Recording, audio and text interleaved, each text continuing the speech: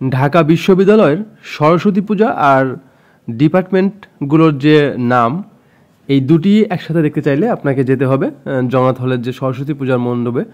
এবং আপনারা দেখতে পাচ্ছেন যে এই যে IML সংক্ষেপে একটি বিভাগের নাম, অর্থাৎ ইনস্টিটিউট অফ মডার্ন ল্যাঙ্গুয়েজেস।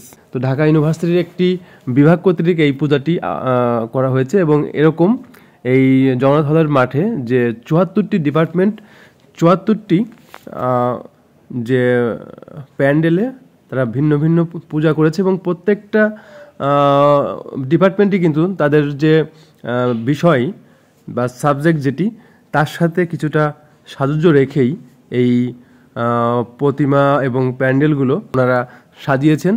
এবং ঢাকা ভার্সিটির এই যে সরস্বতী পূজা আমরা দেখতে যাই একটাই কারণ, এখানকার পূজার যে বৈচিত্র্য এবং শৈল্পিকতার যে মিশ্রণ ঘটে এটা আর বাংলাদেশে কোথাও পাবেন না।